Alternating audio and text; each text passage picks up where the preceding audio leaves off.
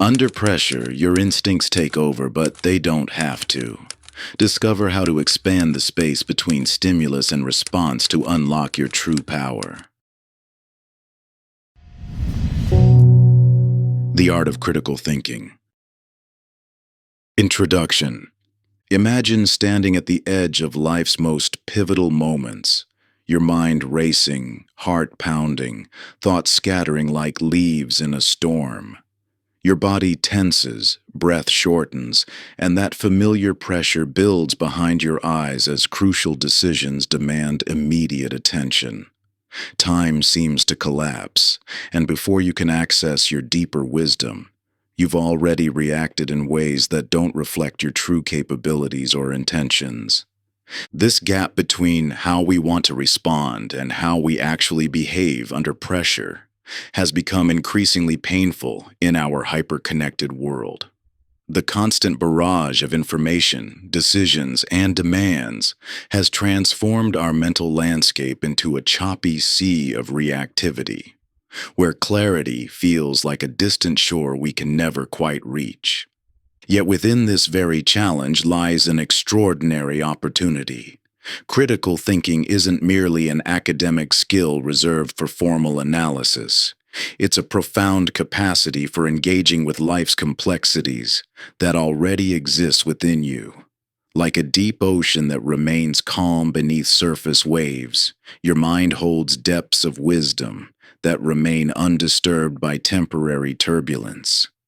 This book isn't about adding more techniques to your already overwhelmed mind. Instead, it reveals how to access the natural clarity that emerges when you learn to dive beneath reactive thinking. Consider how water behaves. At the surface, every wind creates ripples and waves, while in the depths, a profound stillness prevails. Your thinking follows similar patterns. Surface-level reactions create mental turbulence, while deeper understanding brings remarkable clarity, especially in life's most challenging moments. Many believe critical thinking means suppressing emotions in favor of cold logic. Nothing could be further from the truth. True critical thinking integrates both emotional intelligence and analytical capability, creating a harmonious partnership that serves you precisely when you need it most. It's not about becoming more mechanical in your thinking, but about accessing a more complete form of intelligence that includes both heart and mind. The journey ahead doesn't offer quick fixes or rigid formulas.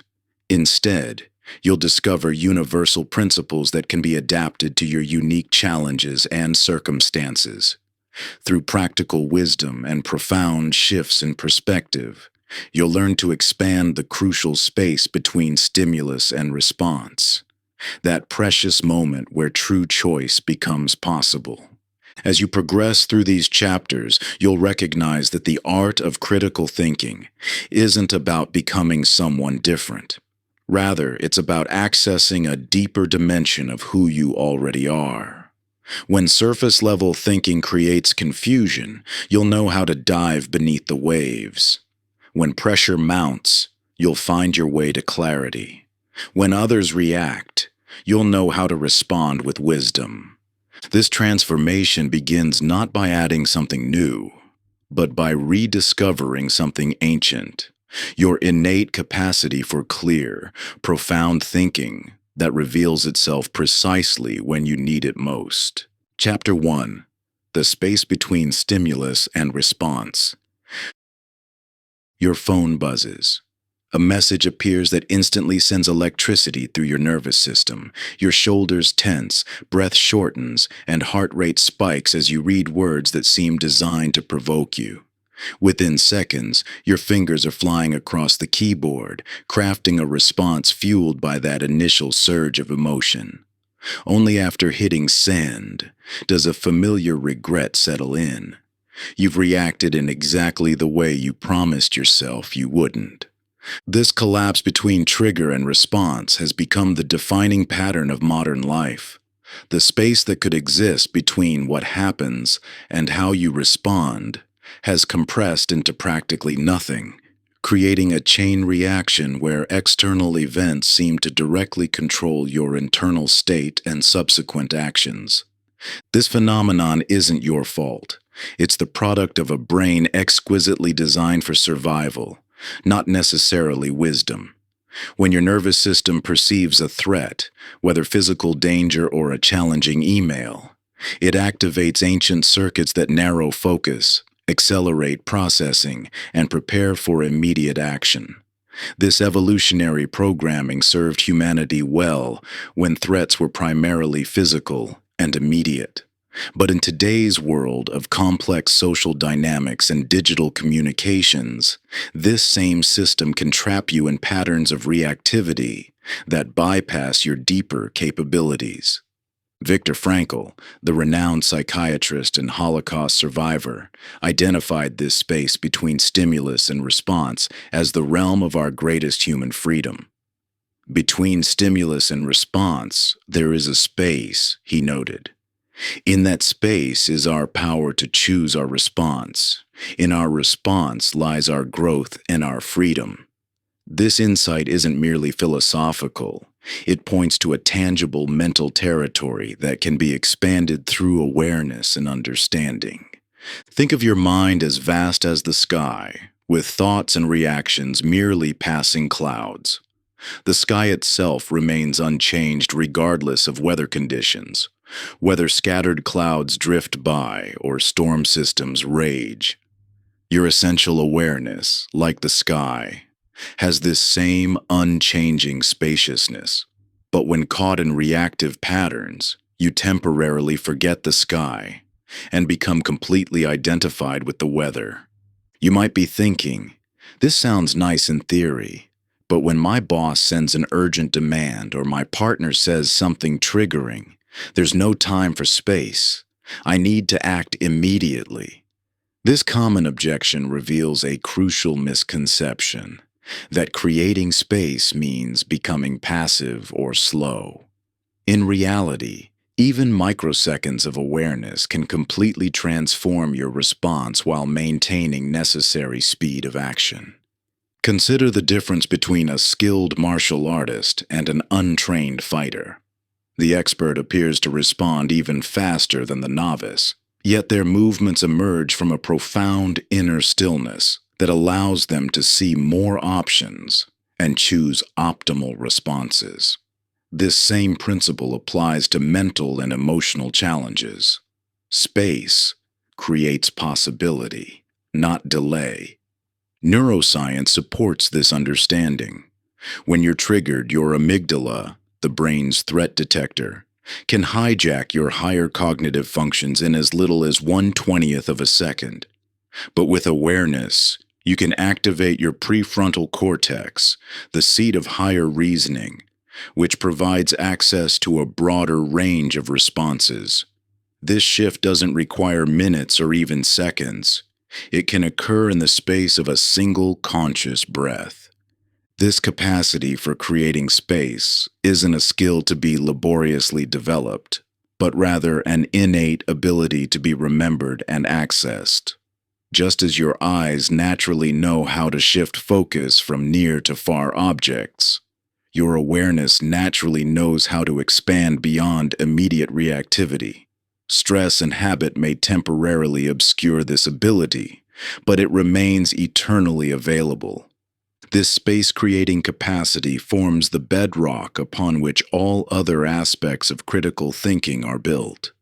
Without this initial breathing room between trigger and response, even the most sophisticated analytical tools remain inaccessible, like having a library of solutions locked behind a door you can't open. But with even the smallest gap of awareness, you gain access to depths of wisdom that transform how you engage with life's challenges. This shift isn't about forcing your mind to work differently. It's about allowing your natural intelligence to emerge from beneath the fog of reactivity.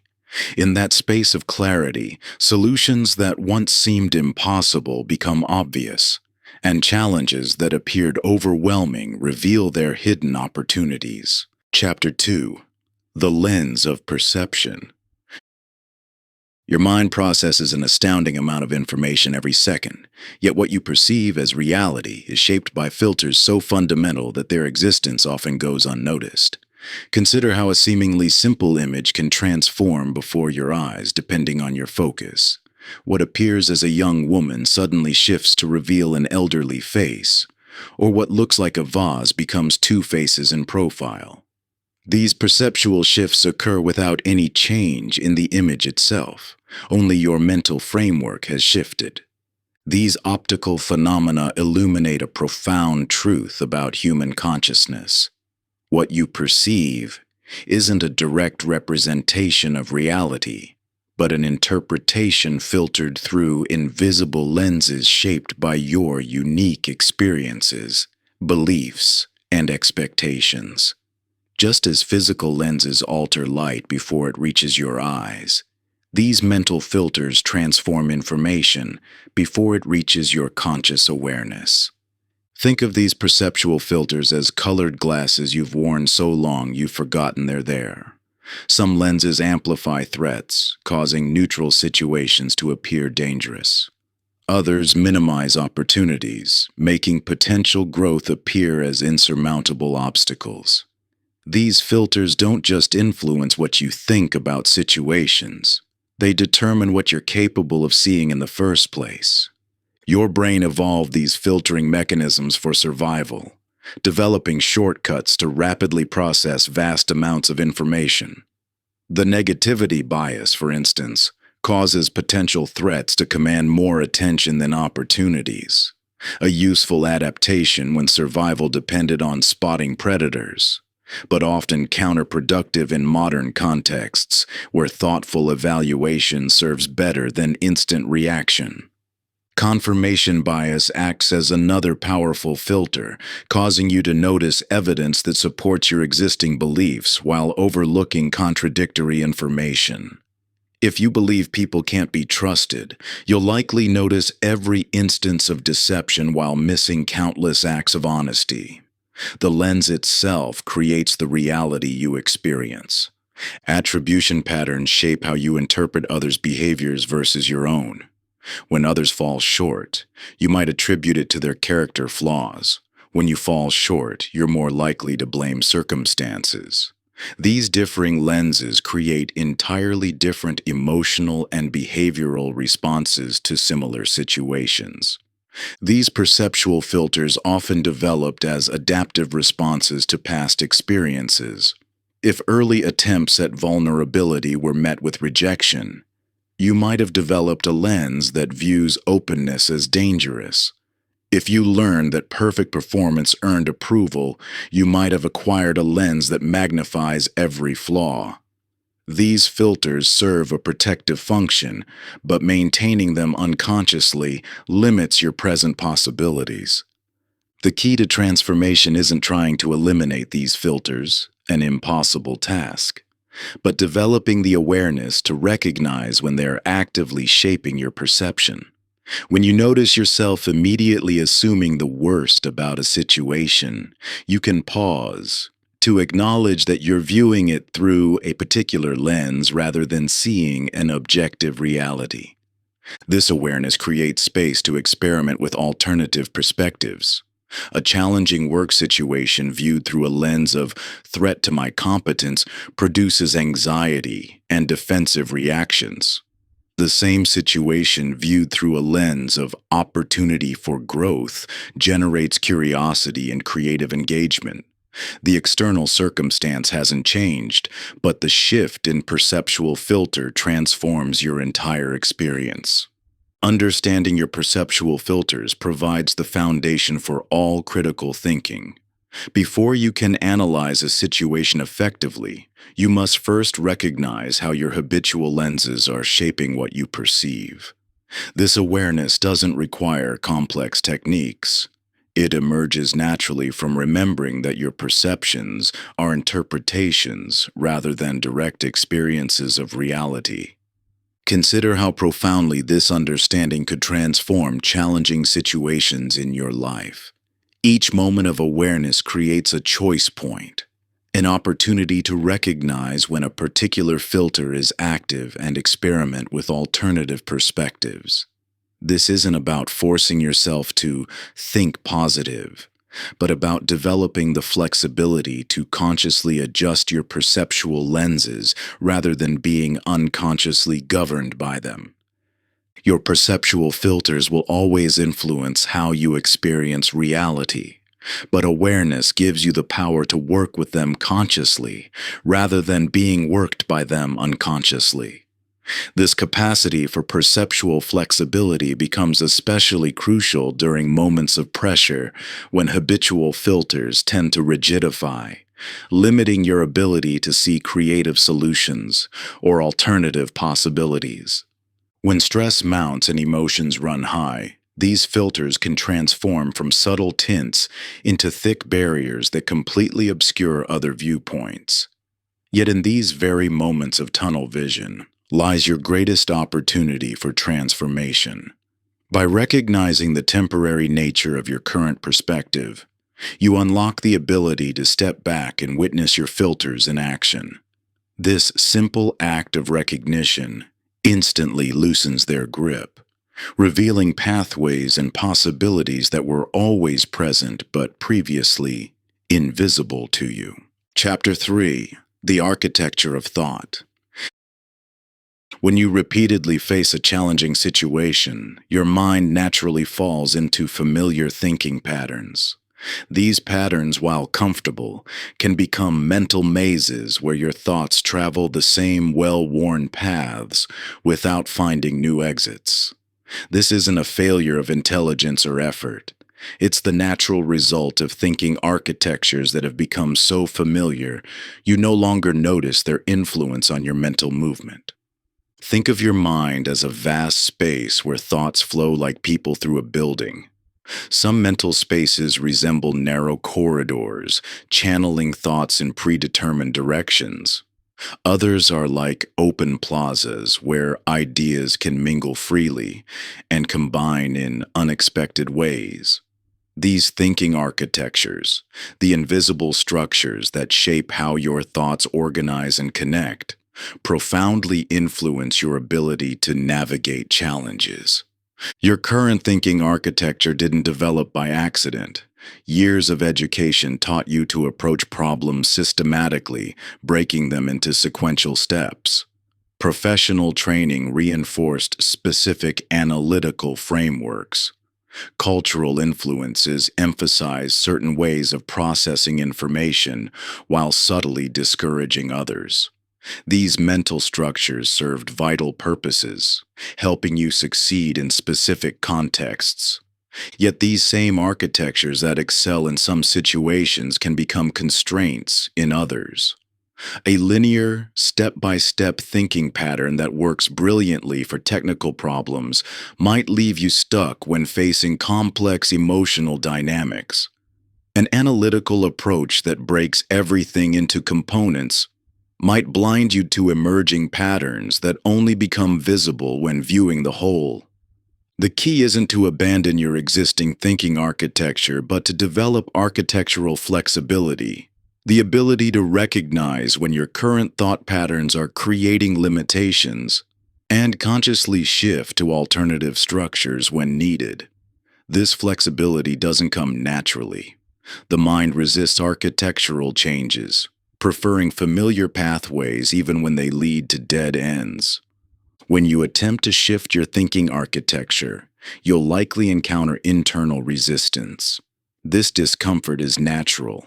You're asking your mind to operate in ways that feel foreign and initially less efficient, like physical exercise that initially causes muscle soreness but ultimately builds strength. Mental flexibility requires pushing through temporary discomfort to develop new capabilities. Your thinking architecture includes multiple dimensions that influence how your thoughts flow. Some minds naturally organize sequentially, building logical progressions from A to B to C. Others move laterally, making unexpected connections between seemingly unrelated elements. Some architectures excel at breaking complex situations into analyzable components, while others naturally synthesize disparate elements into coherent wholes. These aren't fixed personality traits, but mental structures you can learn to recognize and adapt. By becoming aware of your default thinking architecture, you can begin to experiment with alternative structures when your usual approach isn't yielding breakthrough insights. The power of architectural flexibility becomes evident when you encounter situations that defy your normal problem-solving patterns. A relationship conflict might require shifting from analytical problem decomposition to synthetic pattern recognition. A strategic challenge might benefit from moving between sequential logic and lateral association to generate novel solutions. Your thinking architecture isn't just about how individual thoughts form. It's about how your mind creates pathways between ideas, emotions, and insights. Some architectures create rigid boundaries between rational analysis and emotional intelligence, while others allow these different forms of knowledge to inform each other naturally. The ability to shift between different thinking architectures doesn't mean abandoning the structures that have served you well. Instead, it means developing the awareness to recognize when your habitual thought patterns are creating unnecessary constraints, and the flexibility to experiment with alternative mental frameworks. This architectural flexibility builds upon the foundations established in previous chapters. The space you create between stimulus and response gives you time to notice your default thinking architecture and choose alternative structures. Your awareness of perceptual lenses helps you recognize how your current mental framework might be limiting the range of solutions you can envision. Your thinking architecture isn't destiny. It's a set of learned patterns that can be recognized and adapted. As you develop this awareness, you'll find yourself able to move more fluidly between different mental structures, choosing the thinking architecture best suited to each unique challenge you face. Just as a skilled architect knows when to employ different structural elements, arches for spanning space, columns for supporting weight, trusses for distributing force, you can learn to deploy different thinking patterns for different situations.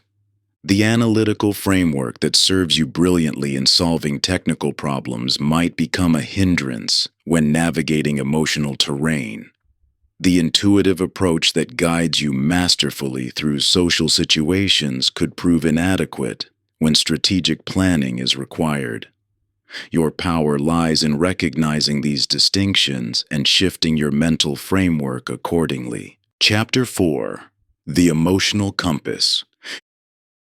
Your mind processes thousands of emotional signals daily, each one carrying vital information about your environment, relationships, and decisions. Yet, in the pursuit of rational thinking, you might find yourself systematically dismissing these signals, treating emotions as interference rather than intelligence. This dismissal creates a dangerous blind spot in your critical thinking, like trying to navigate complex terrain while ignoring your internal compass. The evolutionary purpose of emotions extends far beyond basic survival responses. Your emotional system processes vast amounts of information at speeds your conscious mind cannot match, synthesizing subtle patterns from your environment and experience. When you feel unease about a seemingly logical decision or unexpected enthusiasm for an opportunity others overlook, your emotions aren't disrupting your thinking. They're highlighting aspects of reality your analytical mind hasn't yet processed. Consider how your body responds to significant situations through subtle signals: tension in your shoulders during an important conversation, a flutter in your stomach before a major decision, or a sense of expansion when an opportunity aligns with your deeper values. These physical sensations aren't random disturbances, but sophisticated information delivery systems. providing crucial data about situations that matter. The relationship between emotional and analytical intelligence parallels the interaction between an experienced navigator and their instruments. The navigator's intuitive feel for the waters, developed through years of experience, works in partnership with precise navigational tools. Neither source of information is complete on its own. Accuracy emerges from their integration.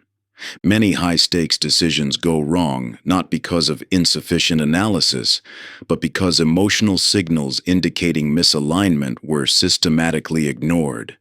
Your analytical mind excels at processing explicit information and logical relationships, but can miss crucial contextual signals that your emotional system registers instantly.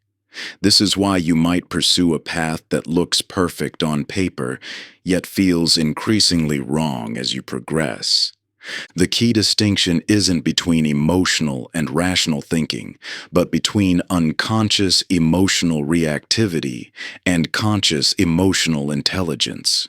When emotions arise, they're neither commands to be obeyed nor disruptions to be suppressed. They're data points requiring interpretation. The goal isn't to become less emotional, but to become more sophisticated in understanding the information emotions provide. Analysis paralysis often occurs not from too much thinking, but from thinking that excludes emotional input. When you find yourself endlessly analyzing a decision without reaching clarity, it's often because you're trying to resolve through logic alone what requires emotional intelligence to navigate. Similarly, when you find yourself constructing elaborate justifications for decisions that don't feel right, you're likely using analysis to override rather than interpret emotional signals. Developing emotional literacy begins with acknowledging emotions as legitimate sources of information rather than obstacles to clear thinking. This means learning to recognize the physical signatures of different emotional states and the types of information they typically convey. Anxiety might flag unacknowledged risks in a situation, while excitement might signal alignment with deeper values, even if the logical benefits aren't yet clear. The integration of emotional and analytical intelligence creates a more complete thinking system. Your emotional compass directs attention to what matters most, while your analytical mind helps interpret and validate emotional signals. This partnership allows you to navigate complex situations with both depth and precision, accessing the full spectrum of your intelligence rather than limiting yourself to purely logical considerations. When you expand the space between stimulus and response, you create room for both emotional wisdom and analytical clarity to inform your thinking. This integration doesn't make decisions easier, but it makes them more complete, incorporating both the measurable factors your analytical mind can process and the subtle patterns your emotional intelligence detects. In this way, critical thinking transforms from a purely mental exercise into an embodied intelligence that draws on all your capacities for understanding and navigating reality. Your emotions become valuable allies in thinking critically, providing essential information that complements and enhances your analytical capabilities. This fusion of heart and mind creates a more nuanced awareness, allowing you to perceive subtle dynamics that pure logic might miss. Rather than dismissing emotional signals as interference, you learn to interpret them as vital data points that inform your understanding of complex situations. Each feeling becomes a thread in the tapestry of your perception, weaving together with rational analysis to create a richer, more accurate picture of reality. Chapter 5. The Roots of Reactivity. Your most challenging moments reveal patterns that feel both intensely personal and frustratingly automatic. These are the situations where your best intentions for thoughtful response collapse into familiar reactions. The sharp comment you immediately regret, the defensive posture that escalates conflict, or the withdrawal that deepens disconnection. Despite understanding these patterns intellectually, you find yourself caught in their grip precisely when you most need to respond differently. These automatic reactions aren't random. They're sophisticated survival mechanisms encoded in your nervous system, running programs far older than your conscious awareness. Like an iceberg, what appears above the surface, your visible reaction, represents only a fraction of the full pattern. Beneath lies a vast structure of early experiences, core beliefs, and fundamental needs that shaped your automatic responses long before you developed the capacity for critical analysis. When you feel that familiar tightness in your chest during confrontation, or that surge of defensive energy when criticized, you're experiencing the activation of neural pathways carved by thousands of previous experiences. Your system isn't malfunctioning, it's performing exactly as designed, protecting you from threats it learned to recognize long ago. The speed of these reactions, bypassing your prefrontal cortex's more measured response, served an essential purpose: keeping you safe when immediate action was required. Consider the deeper architecture of these patterns. Each reaction signature contains within it a profound intelligence, an attempt to meet legitimate needs for safety, connection, or validation. The colleague who triggers intense frustration may be activating an old pattern related to feeling unheard. The situation that consistently produces anxiety might be touching on deeper questions of worthiness or belonging. These patterns are not character flaws, but adaptive responses that once served important purposes. Yet what protected you in the past may now limit your capacity for thoughtful engagement. The challenge isn't eliminating these patterns, an impossible and ultimately counterproductive goal, but developing a different relationship with them. This requires understanding that perfect equanimity isn't the objective. Your reactions contain valuable information about your needs and values. The goal is learning to access this wisdom without being governed by its automatic expression. Many approaches to reactivity focus solely on managing symptoms, breathing techniques, thought stopping, or willpower-based control. While these tools have their place, they often reinforce the fundamental misconception that reactions are problems to solve rather than signals to understand. This paradoxically strengthens reactive patterns by creating an adversarial relationship with your own protective mechanisms. Transforming reactive patterns requires a more nuanced approach. Instead of attempting to override these responses through force or elimination through awareness alone, you can develop the capacity to recognize their activation as an invitation to deeper understanding. This doesn't mean indulging reactions or using them as excuses for behavior. Rather, it means learning to read the valuable information they contain about your core needs, while maintaining the space to choose your response. Your reaction patterns carry profound intelligence about what matters most to you. The intensity of your response often correlates directly with the importance of the underlying need or value being triggered. By approaching these patterns with curiosity rather than judgment, you begin to access their deeper wisdom without being constrained by their automatic expression. This transformation involves understanding that reactivity isn't a sign of weakness, but a signal that something significant is at stake. Your patterns didn't develop randomly, they emerged from real experiences and served important functions. Acknowledging this truth creates the foundation for change that comes through integration rather than rejection of these essential aspects of your functioning. The path forward isn't about becoming someone who never reacts. It's about developing the capacity to hold space for your reactions while maintaining access to your deeper wisdom. This creates the possibility of responding to the legitimate needs your reactions signal, without being limited by their habitual expression. When you approach your triggers with this expanded awareness, you discover that reactivity and wisdom aren't opposing forces. They're different aspects of your inner guidance system working in tandem. Your reactions become valuable messengers rather than obstacles to overcome, pointing you toward what truly matters beneath the surface of your immediate response. As you strengthen this relationship between your reactive patterns and conscious awareness, you naturally begin responding to life's challenges with greater flexibility and insight. Chapter 6: The Courage to Not Know. Your journey through critical thinking now brings us to a fundamental paradox. The more desperately you pursue certainty, the more it constrains your capacity for genuine understanding.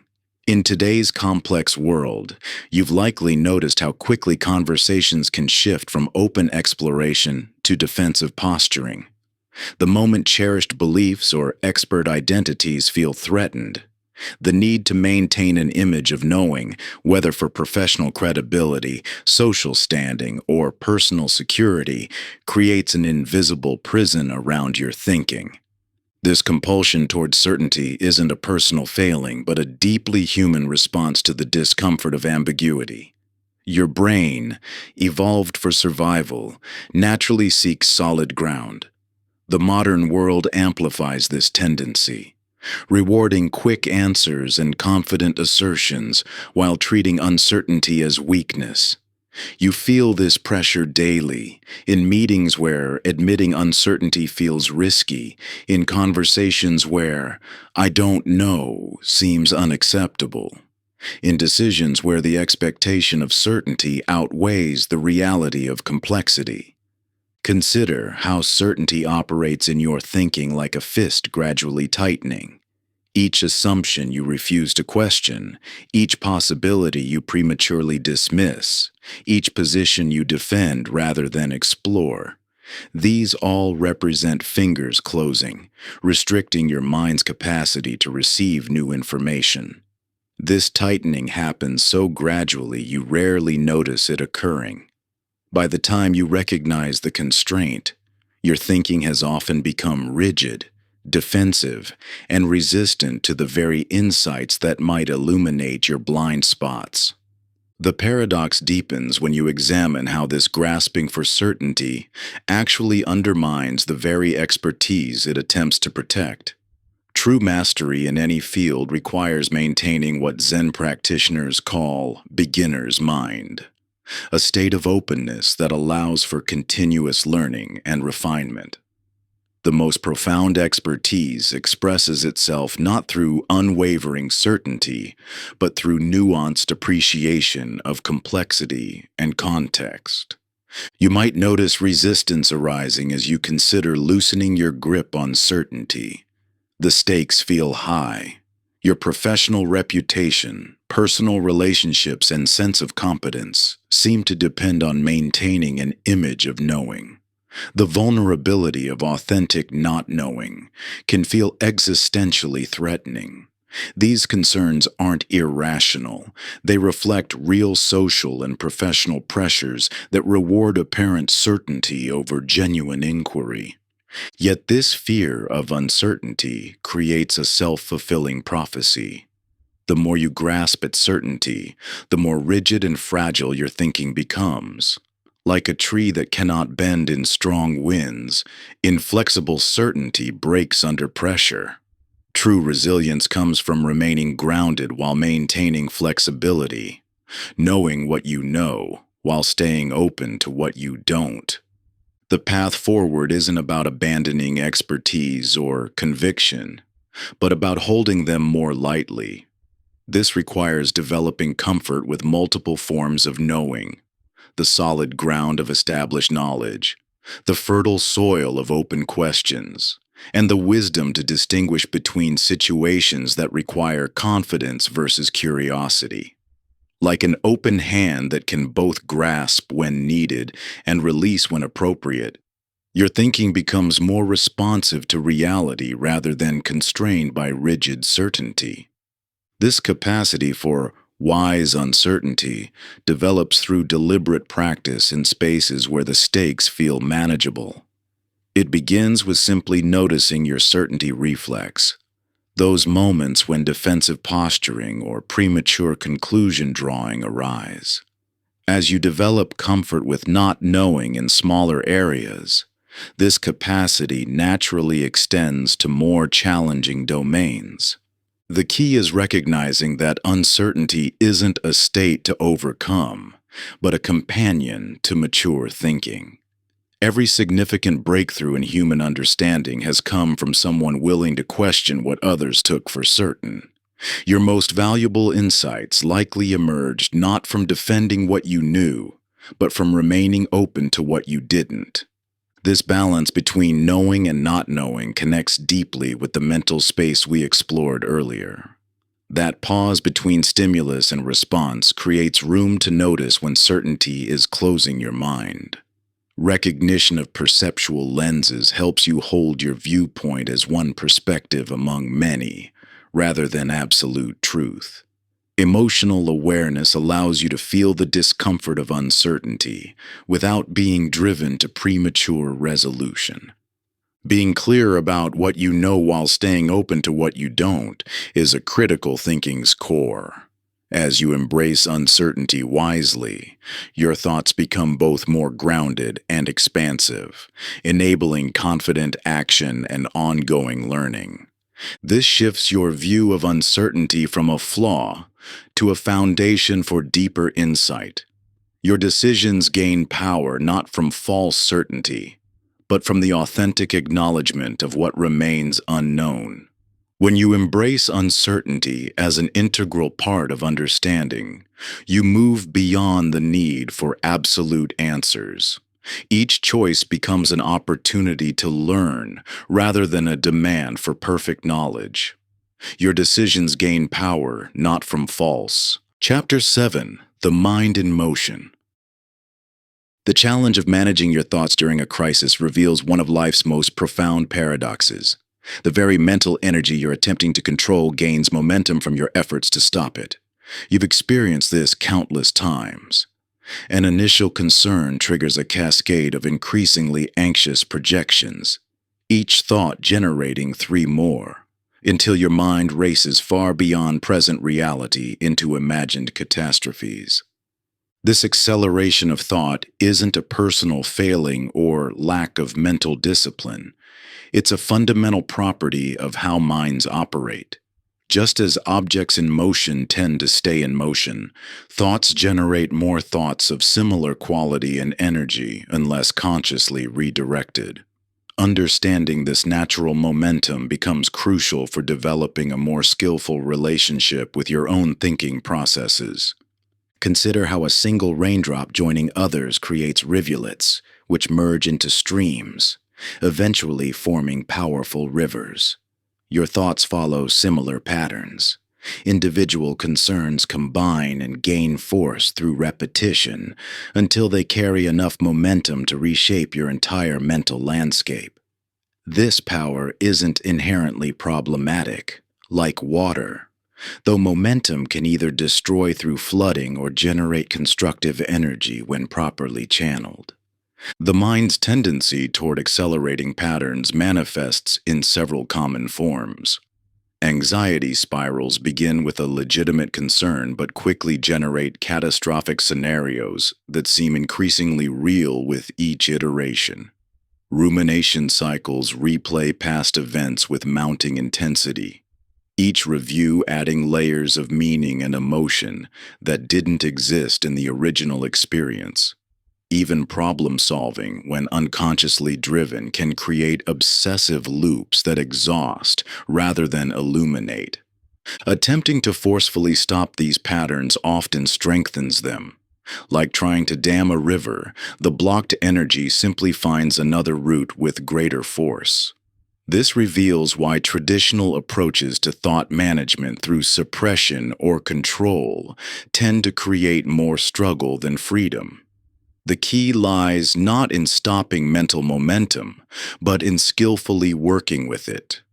Just as a river's power can be redirected to drive turbines rather than cause flooding, though momentum can be channeled toward constructive purposes. This requires developing a new relationship with mental energy, neither fighting against it nor being swept away by it, but learning to navigate its currents with awareness and skill. The first step in working with thought momentum is recognizing it in action. When you notice your thinking accelerating, rather than immediately trying to change or stop it, simply observe how thoughts attract similar thoughts. Watch how an anxious projection naturally generates more anxious projections, or how a critical self-judgment spawns a family of related critiques. This observation without intervention builds the foundational awareness needed for skillful redirection. As you develop this observational capacity, you'll notice that thought patterns have different qualities of momentum. Anxiety tends to spiral upward in intensity, while rumination often circles in repeating loops. Problem solving can branch outward in expanding complexity, while self-judgment typically narrows into increasing specificity. Each pattern requires its own approach to redirection. The art of working with thought momentum involves understanding that resistance creates persistence. Instead of trying to stop or control mental movement, learn to guide it like a skilled river pilot navigates currents. Small adjustments early in a thought pattern can prevent major accelerations later. Brief pauses in escalating sequences can allow natural settling. Conscious shifts in attention can redirect momentum toward more constructive channels. This isn't about achieving perfect mental control. Such a goal would only generate more problematic momentum. Instead, it's about developing a cooperating relationship with the mind's natural tendency toward motion. Just as you wouldn't expect a river to stop flowing, don't expect your mind to stop generating thoughts. The aim is to work with this energy skillfully rather than being worked over by it. This understanding of thought momentum builds naturally upon previous insights about creating response space and recognizing perceptual filters. The space between stimulus and response provides the crucial pause needed to notice accelerating patterns. Awareness of perceptual lenses helps identify which thought currents are being unconsciously amplified. Emotional literacy allows you to sense when mental momentum is building before it becomes overwhelming. Through this lens, mastering critical thinking becomes less about controlling the mind and more about skillful navigation of its natural movements. By understanding and working with thought momentum rather than against it, you develop the capacity to remain clear and effective even as mental currents intensify. Chapter 8. The Power of Framing. The meaning you assign to your experiences shapes your reality more profoundly than the experiences themselves. When facing a significant challenge or setback, your interpretation fundamentally alters not just how you feel, but what actions become possible in response.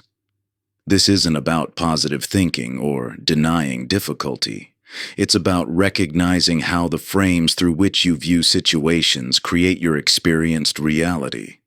Your mind naturally creates frames, contextual structures that determine what information you notice, how you interpret events, and what possibilities you can imagine. These frames act like camera lenses through which you view your life. Just as a camera lens can zoom in to capture minute detail or pan out for broader context, your mental frames determine whether you see the full landscape of possibility or remain fixated on specific problems. Consider how differently the same situation appears when viewed through various frames. A business setback viewed through a permanent failure frame generates hopelessness and inaction.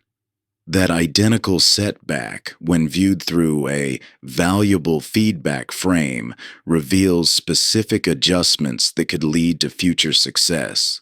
The circumstance hasn't changed, but your frame determines whether you see a dead end or a detour. The most limiting frames often operate invisibly, shaping your reality without conscious awareness. The permanence frame whispers, "This will never change," while the pervasiveness frame insists, "This affects everything." The personalization frame narrows focus to, "This is all about me," missing crucial contextual factors. These frames aren't chosen deliberately. They activate automatically based on past experiences and beliefs. What makes frames so powerful is their self-fulfilling nature. When you frame a situation as hopeless, you stop seeking solutions. When you frame yourself as powerless, you abandon effort. The frame itself creates the very reality it describes. This reveals both the danger of unconscious limiting frames and the opportunity that conscious reframing presents. Developing framing literacy, the ability to recognize and shift your frames, begins with noticing your current interpretive patterns. What automatic meanings do you assign to challenges? What assumptions about cause and effect shape your view? Which aspects of situations draw your focus while others remain invisible? This awareness creates the possibility of choice. Reframing isn't about forcing positivity or denying reality. It's about expanding perspective to reveal legitimate alternative interpretations and possibilities. A failure frame focuses solely on what went wrong. A learning frame reveals valuable insights. A temporary frame maintains hope for change. A specific frame prevents generalizing one setback into total defeat. Each frame illuminates different aspects of the same reality. Your frames determine what solutions become visible. The frame, "I'm not good at this," creates a very different set of possibilities than, "I haven't figured this out yet." The frame, "They're against me," suggests different actions than, "They have concerns I need to understand." The frame, "This always happens," leads to different choices than, "This pattern can be changed." Most powerfully, frames shape what you believe is possible. Through a fixed frame, your capabilities appear limited and unchangeable. Through a growth frame, your potential expands through effort and learning. Through a scarcity frame, opportunities seem rare and fleeting. Through an abundance frame, new possibilities constantly emerge. Your frame literally creates your experienced reality. This isn't about finding the right frame. It's about developing frame flexibility. Different situations may require different perspectives. Sometimes a narrow focus serves you, while other times you need expanded vision. The key is conscious choice rather than automatic activation of limiting frames. Notice how this connects to earlier concepts. Creating mental space allows you to recognize your frames rather than being imprisoned by them. Understanding perceptual filters helps you spot automated meaning-making patterns. Managing thought momentum prevents limiting frames from gaining unnecessary power. Your growing awareness creates choice in how you frame your experiences. The frames through which you view your life aren't simply perspectives. They are reality-creating structures. By developing the capacity to recognize and shift these frames consciously, you expand your universe of possibility. The same challenges viewed through different frames reveal entirely new potentials for response and growth. Your frames act like invisible lenses, filtering and focusing your attention in ways that shape not just what you see, but what you believe is possible. When you grasp this deeper truth, that your frames aren't just observing reality but actively participating in its creation, You unlock an extraordinary power. Suddenly, what seemed like immovable obstacles become opportunities for transformation, and limitations reveal themselves as temporary boundaries of perception rather than fixed barriers. Chapter 9: The Wisdom of Paradox. Your most sophisticated thinking emerges when you move beyond the artificial constraints of either-or choices to embrace the deeper truth found in apparent contradictions. While your mind naturally gravitates toward binary categories, success or failure, right or wrong, good or bad, this oversimplification often obscures the rich complexity inherent in important decisions and challenging situations. This tendency toward binary thinking serves an important evolutionary purpose. When facing immediate physical threats, rapid categorization into safe, unsafe supported survival. However, in today's complex world, this same pattern often creates artificial limitations that prevent you from seeing the full spectrum of possibilities available. Consider how your perception of depth relies on slightly different perspectives from your two eyes, combining to create three-dimensional vision. Similarly, your most profound understanding comes from holding multiple viewpoints simultaneously rather than forcing a choice between them.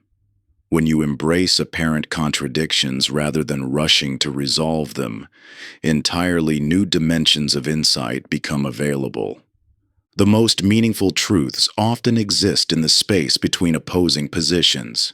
You can be both strong and vulnerable, structured and spontaneous, ambitious and content. A challenging situation can be both a genuine hardship and an opportunity for growth. A person can possess both admirable qualities and concerning behaviors. By resisting the urge to categorize everything into mutually exclusive buckets, you develop the capacity for nuanced understanding that transforms how you approach complexity. This isn't about becoming indecisive or refusing to take clear positions when needed. Rather, it's about recognizing when your desire for simplicity is causing you to ignore important aspects of a situation.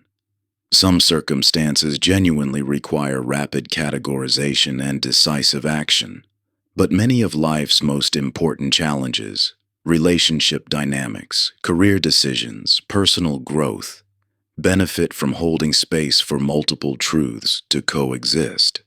The discomfort you feel when confronting apparent contradictions is natural.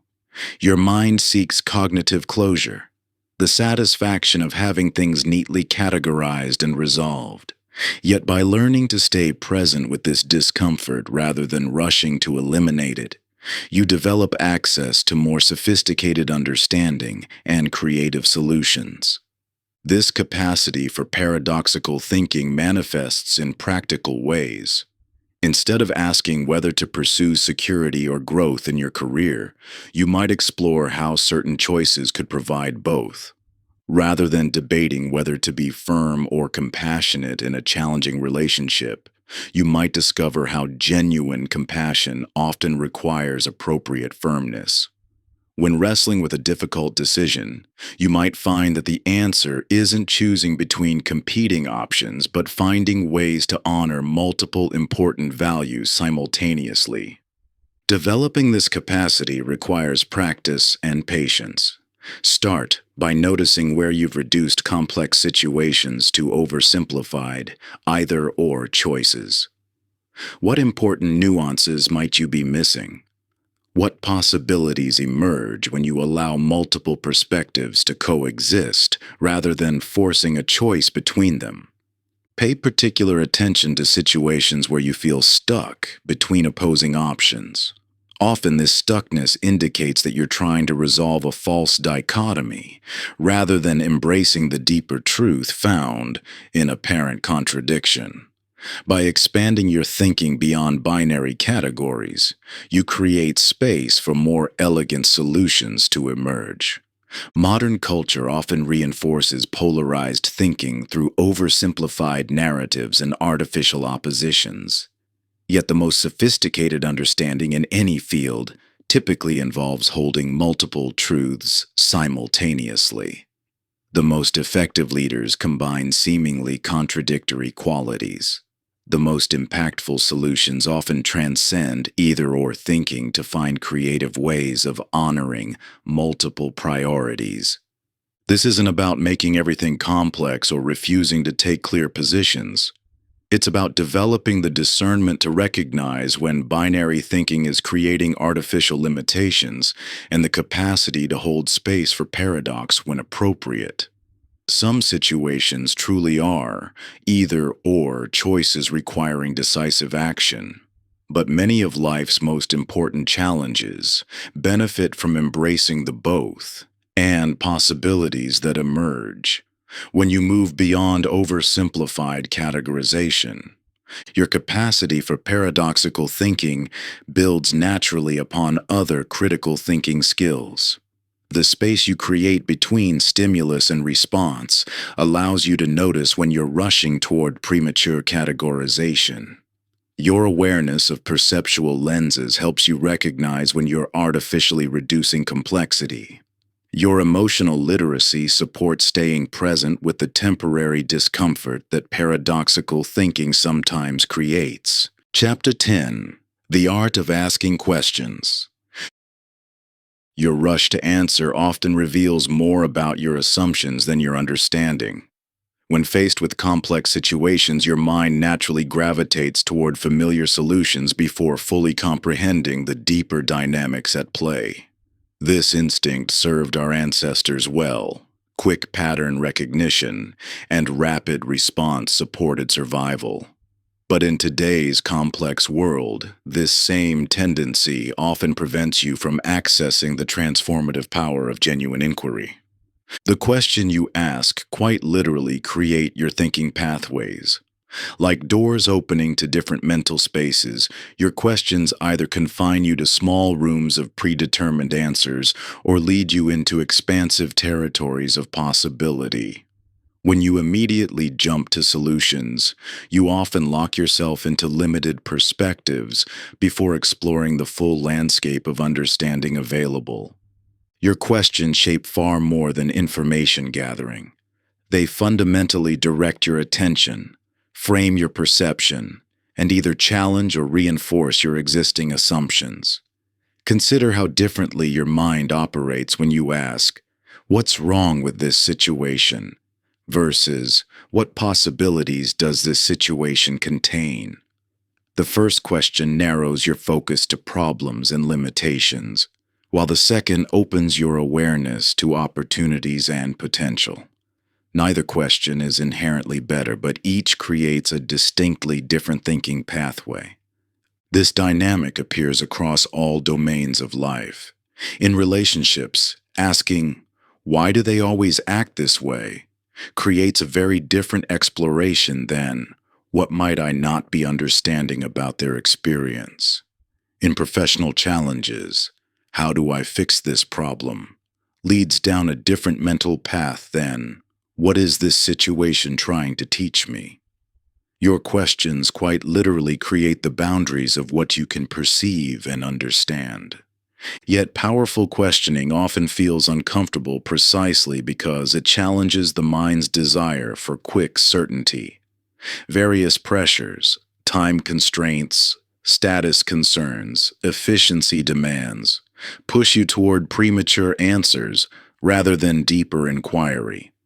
The discomfort of not knowing and the vulnerability of authentic curiosity can make even simple questions feel threatening to your sense of competence or authority. Some questions close down thinking by reinforcing existing assumptions. Why does this always happen to me? What's wrong with them? How can I prove I'm right? These questions may feel satisfying in the moment, but they often trap you in circular thinking patterns that prevent genuine understanding. Other questions open new pathways of exploration. What am I not seeing? What assumptions am I making? What would this look like from a completely different perspective? These questions create mental space for new insights to emerge. even if they temporarily increase uncertainty or complexity. The art of powerful questioning isn't about asking more questions. It's about asking questions that matter, questions that challenge your assumptions rather than confirming them, questions that expand possibility rather than narrowing options, questions that invite genuine exploration rather than leading to predetermined answers. This capacity for transformative questioning builds naturally upon other critical thinking skills. The space you create between stimulus and response allows you to notice when you're rushing toward premature answers. Your awareness of perceptual lenses helps you recognize when your questions are being shaped by unconscious biases. Your comfort with paradox supports asking questions that don't demand immediate resolution. Developing question consciousness begins with noticing your current questioning patterns. What types of questions do you habitually ask? How often do your questions genuinely explore versus seeking confirmation of what you already believe? What possibilities might emerge if you held your questions longer before jumping to answers? When facing important situations, consciously craft questions that open new pathways rather than reinforcing familiar ones. Instead of immediately asking, "How do I solve this?" consider, "What do I need to understand more deeply about this situation?" Rather than, "What's the fastest way forward?" Explore, "What possibilities am I not seeing yet?" The quality of your thinking ultimately depends on the quality of your questions. By developing your capacity for powerful questioning, you transform not just your understanding, but your entire relationship with complexity and uncertainty. Each genuine question becomes a door opening to new territories of possibility. Your questions shape the boundaries of what you perceive as achievable, influence the depth of solutions you uncover, and determine whether you remain trapped in old patterns or break through to new insights. A mind armed with incisive questions moves through challenges like a key unlocking successive doors, each one revealing deeper layers of understanding that remained invisible to your previous way of thinking. Chapter 11. The Shadow of Assumptions. Your thinking rests upon a foundation of unexamined beliefs that silently shape every conclusion you draw. These assumptions operate like invisible architecture, supporting or undermining your mental constructs without drawing attention to themselves. The impact of these hidden beliefs often exceeds the influence of your careful, conscious analysis. Consider how assumptions function within your thought process. When approaching any situation, your mind automatically fills in gaps with assumed knowledge about how things work, what others think, which outcomes are possible, and what factors matter most. These assumptions seem so self-evident that questioning them feels unnecessary or even absurd. Yet these unexamined beliefs create the parameters within which all your subsequent thinking must operate. Like the foundation of a house that remains unseen yet determines what can be built above, your assumptions establish the boundaries of what you can imagine and conclude. A cracked foundation inevitably compromises even the most carefully constructed dwelling above it. Similarly, faulty assumptions will undermine your thinking regardless of how rigorous your conscious analysis may be. Your assumptions fall into distinct categories that shape different aspects of your mental landscape. Factual assumptions define what you believe to be true about how the world operates, commonly held facts that may not align with current reality. Relational assumptions color your interpretations of others' motivations, capabilities, and likely behaviors. Process assumptions dictate your beliefs about how change happens and what interventions will prove effective. Value assumptions silently prioritize what matters most, often without conscious examination of these core priorities. The particular challenge with assumptions lies in their invisibility. Like fish, unaware of the water they swim in, you move through a sea of assumptions without recognizing their presence or influence. This invisibility makes them especially difficult to surface without deliberate practice. Yet bringing assumptions into awareness transforms them from unconscious dictates into conscious choices you can examine and adjust. Developing assumption awareness requires systematic examination of your thinking patterns. When approaching important decisions or persistent challenges, pause to question what you're taking for granted. What seems so obvious that it doesn't require examination? What beliefs are you treating as undeniable facts? What alternative possibilities have you unconsciously ruled out based on unstated assumptions? This isn't about eliminating assumptions, which would be impossible in complex thinking. Rather, the goal is making them visible so you can evaluate their validity and adjust them when needed. By developing the capacity to recognize implicit beliefs, you gain the power to examine their impact, rather than having them invisibly constrain your thinking. Your assumptions connect intimately with other aspects of critical thinking explored in previous chapters. The questions you ask can help surface hidden assumptions. Your perceptual lenses often rest upon unexamined beliefs about what deserves attention. The frames you place around situations typically embed assumptions about meaning and possibility. As you develop greater assumption awareness, you'll find these various elements of your thinking become more visible and therefore more available for conscious refinement. The path to assumption awareness begins with genuine curiosity about your own thinking patterns. Rather than treating your conclusions as inevitable, learn to pause and examine the implicit beliefs that led you there. This practice transforms hidden constraints into conscious choices, expanding your capacity for nuanced understanding and effective action. Remember that working with assumptions requires patience and persistence. Their invisible nature means they won't reveal themselves all at once. Yet each assumption you surface and examine creates greater clarity in your thinking, building a more solid foundation for all your mental processes. The goal isn't to eliminate all assumptions, but to make them conscious choices rather than unconscious constraints. As you develop this capacity, you'll find your thinking becomes both more grounded and more flexible, able to adapt as you discover which assumptions serve you and which require adjustment. In the complex landscape of modern challenges, assumption awareness becomes an essential skill. By learning to recognize and examine your implicit beliefs, you develop the ability to think more clearly and respond more effectively to the situations you face.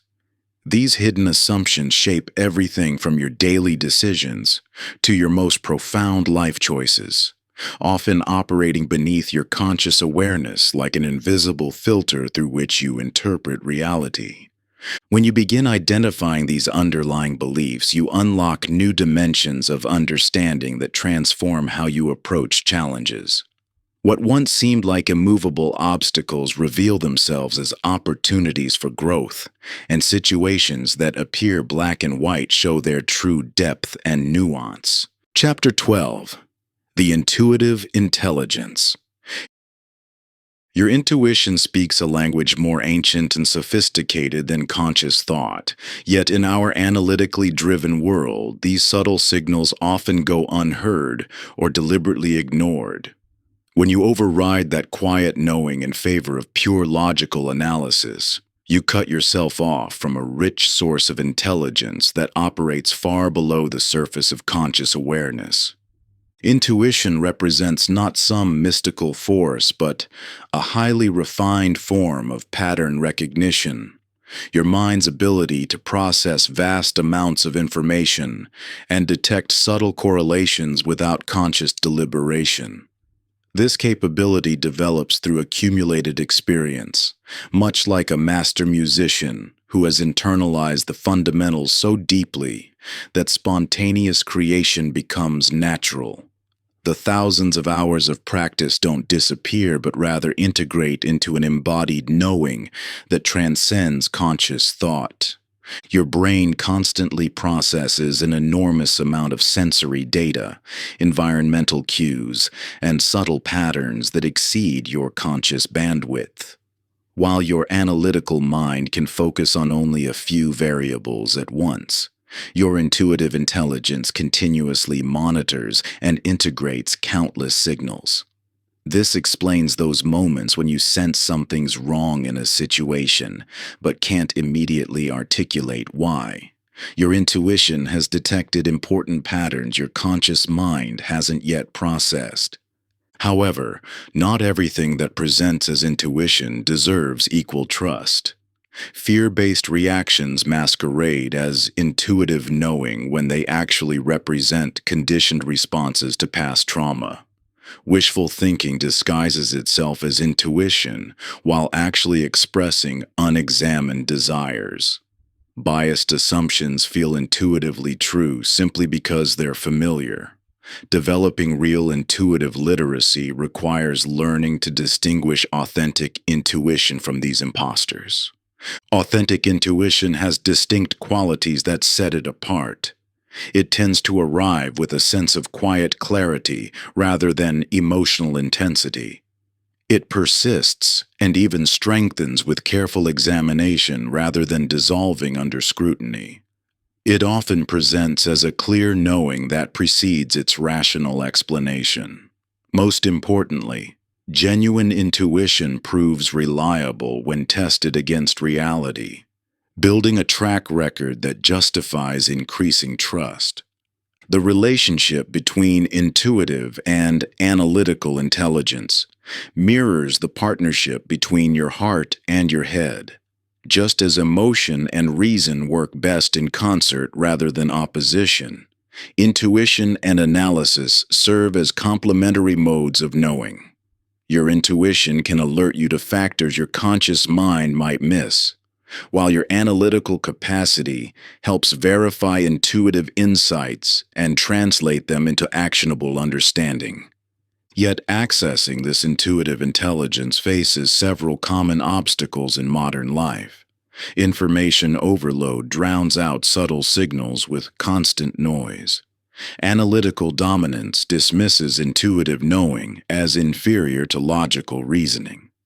Cultural bias towards data and metrics devalues forms of intelligence that can't be immediately quantified. Perhaps most challenging, many have lost the ability to recognize and interpret their own intuitive signals amidst the chaos of contemporary existence. Developing intuitive literacy requires creating conditions that allow this deeper knowing to emerge. This means cultivating periods of mental quiet where subtle signals can be heard.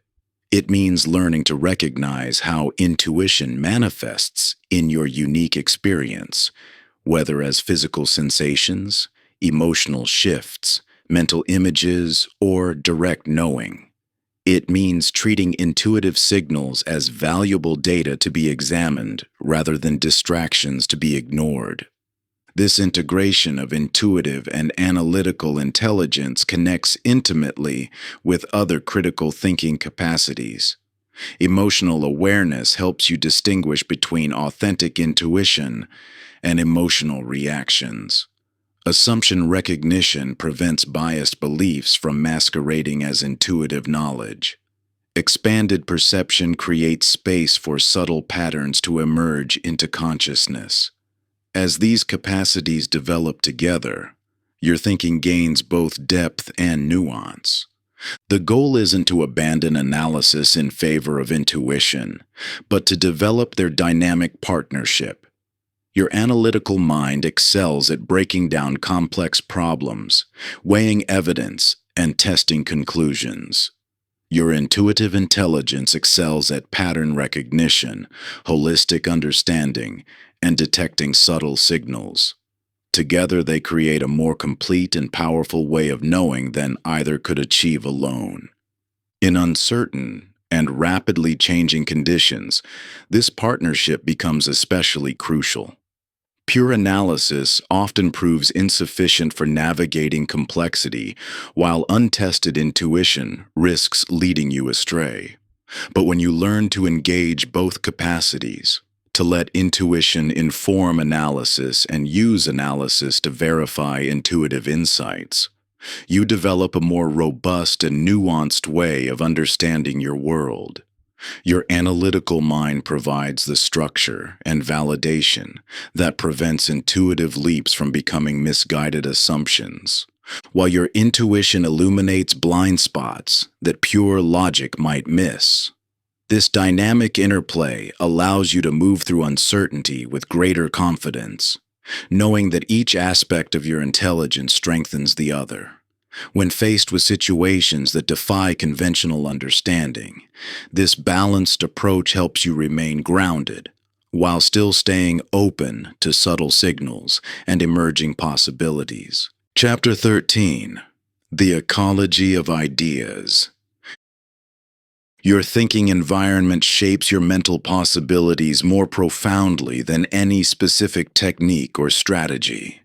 Just as a plant's growth depends on the soil, water, and nutrients available, your cognitive development relies on the quality and diversity of ideas you regularly encounter. Most people unknowingly create mental monocultures by consuming information that merely confirms what they already believe, leading to stagnant thinking patterns that become increasingly rigid over time.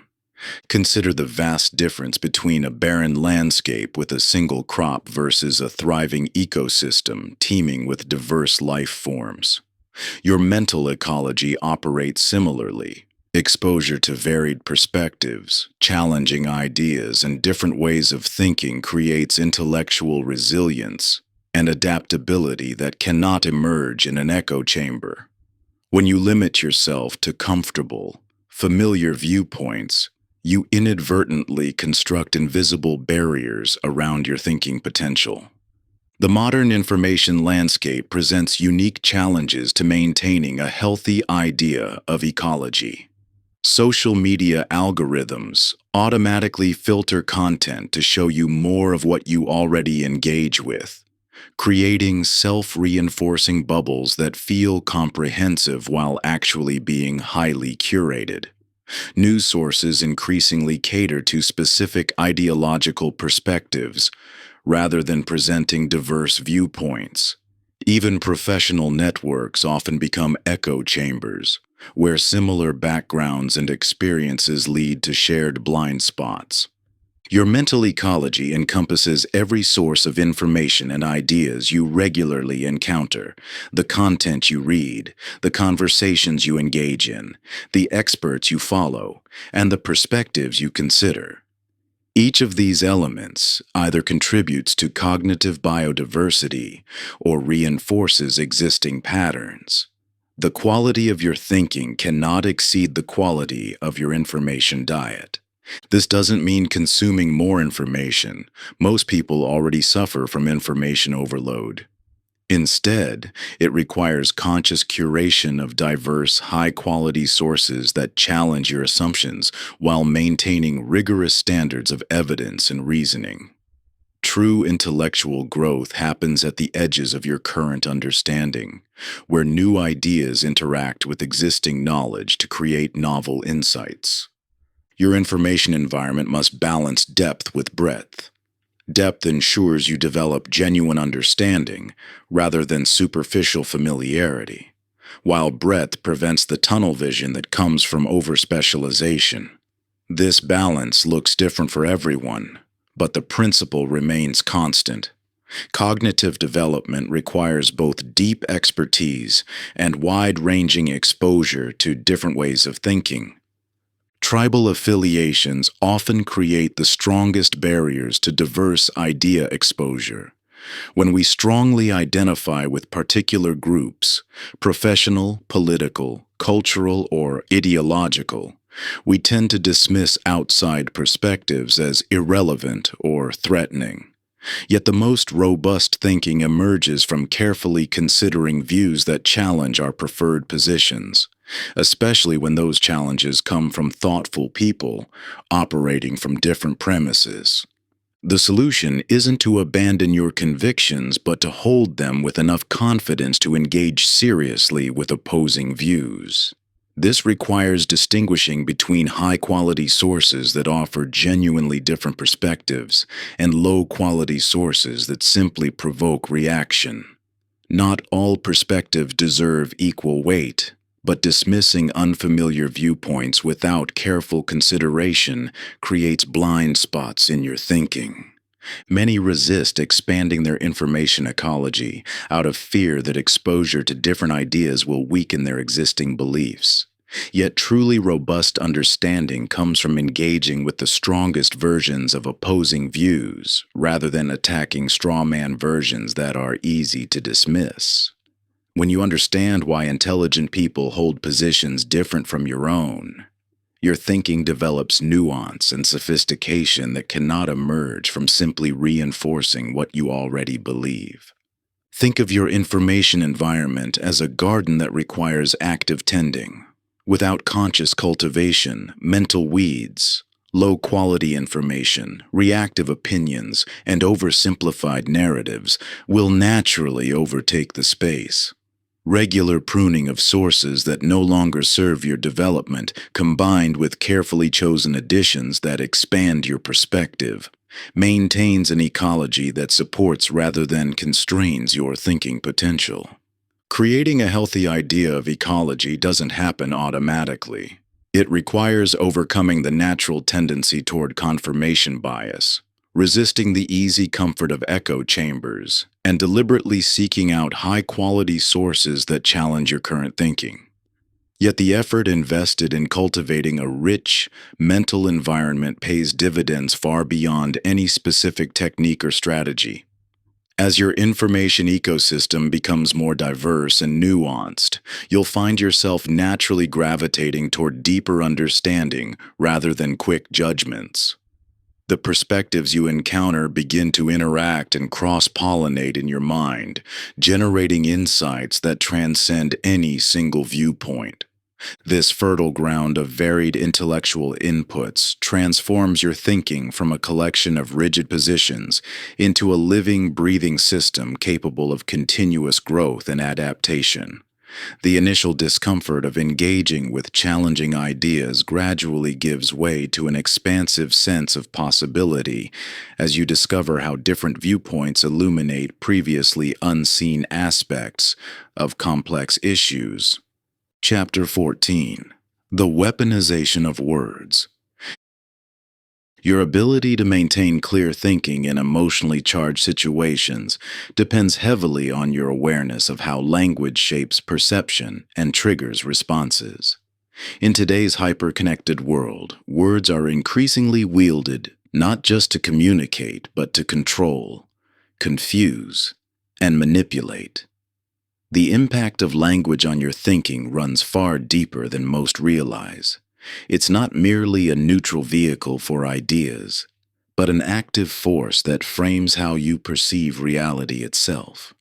When words are weaponized, they bypass your analytical faculties by triggering emotional reactions that short-circuit critical thinking. This happens countless times each day across media, politics, advertising, and even personal interactions. The language uses shapes which aspects of reality become prominent in your awareness and which fade into the background. It determines what seems possible versus impossible, reasonable versus unreasonable, before any conscious analysis begins. Think of words as tools that can either build bridges of understanding or construct walls of division. Just as a hammer can be used to build or destroy, language can clarify or obscure, unite or divide, illuminate or manipulate. Your task isn't to avoid persuasive language altogether. That's neither possible nor desirable. Instead, You must develop the capacity to recognize how language is being employed in different contexts. Several common rhetorical tactics regularly appear in persuasive communications. Emotional triggering uses charged words to provoke reactions that override analytical thinking. False dichotomies present complex situations as simple either or. Choices eliminating nuanced understanding. Tactical ambiguity employs vague language that means different things to different audiences. Burden shifting deflects responsibility through subtle linguistic tricks. These tactics succeed precisely because they operate below the threshold of conscious awareness. Unless you've developed specific sensitivity to rhetorical patterns, your mind processes the emotional and perceptual impacts of language before your analytical faculties engage. This creates vulnerability to manipulation, even among intelligent, well-educated people. However, the solution isn't to become cynically dismissive of all persuasive communication. Such an approach cuts you off from legitimate influence and important perspectives. Instead, you must develop rhetorical literacy, the capacity to recognize and evaluate how language is being used while maintaining openness to genuine communication. This requires learning to notice your emotional reactions to specific words and phrases. When you feel a strong response to a particular language, pause to examine what triggered that reaction. Notice which aspects of a situation, specific word, choices highlight or minimize. Pay attention to how framing shapes your perception before you begin conscious analysis. In media consumption, watch for emotional triggering through charged language, absolutist terms, or loaded phrases that provoke reaction rather than reflection. In political discourse, notice false dichotomies that eliminate nuanced positions and force artificial choices. In advertising, observe how tactical ambiguity allows multiple interpretations while avoiding clear claims. The goal isn't to eliminate emotional responses to language. That's neither possible nor desirable. Emotions provide valuable information when integrated with analytical thinking. The key is developing enough awareness to prevent emotional reactions from completely bypassing critical faculties. This rhetorical literacy creates a form of cognitive immunity, not by making you cynical or closed, but by allowing you to engage thoughtfully with persuasive language, rather than being unconsciously manipulated by it. You can appreciate skillful rhetoric while maintaining awareness of how it operates. Developing this capacity requires regular practice in real-world contexts. Pay attention to language that provokes strong reactions in you personally. Notice patterns in how different sources frame similar situations through word choice. Observe how subtle shifts in language can dramatically alter how you perceive and think about issues. This awareness connects directly to emotional intelligence. Understanding how language triggers responses allows you to engage emotions productively rather than being hijacked by them. It builds on question literacy by helping you notice how specific phrasings direct attention and limit inquiry. It enhances assumption awareness by revealing how word choices embed implicit beliefs. The goal is maintaining the delicate balance between critical awareness and good faith engagement, neither falling for manipulation nor becoming paranoid about persuasion. This allows you to engage with persuasive language thoughtfully, while retaining your capacity for independent analysis and judgment. When you achieve this equilibrium, you move through conversations and content with both discernment and openness, neither dismissing perspectives automatically nor accepting them without examination. You remain grounded in your own wisdom while staying receptive to genuine insights, regardless of their source. This balanced approach transforms potential manipulation attempts into opportunities for deeper understanding. as you learn to extract value, even from messages designed to persuade. Chapter 15: The Social Dimensions of Thought. Your thinking transforms dramatically across different social contexts, a reality that reveals one of the most profound yet overlooked aspects of critical thinking. In team meetings, you might find yourself naturally conforming to the group's consensus. Among close friends, your thoughts might flow more freely and critically. In professional settings, your thinking likely becomes more structured and cautious. These shifts aren't random. They demonstrate how deeply social dynamics shape your cognitive processes. While we often imagine thinking as a purely individual activity happening inside our isolated minds, the reality is far more complex. Your thoughts are social beings, born from and shaped by your interactions with others. Even when you're alone, your thinking carries the imprint of your social world, the voices of mentors, the expectations of peers, the assumptions of your culture. This social nature of thought manifests through various mechanisms that constantly influence how you process information and reach conclusions. Conformity pressure subtly pushes your thinking toward alignment with group norms, often before you're even aware it's happening. Group polarization can drive your thoughts toward more extreme positions when surrounded by like-minded others. Collective blind spots, shared assumptions that go unquestioned within a group, can create massive gaps in understanding that no individual member notices.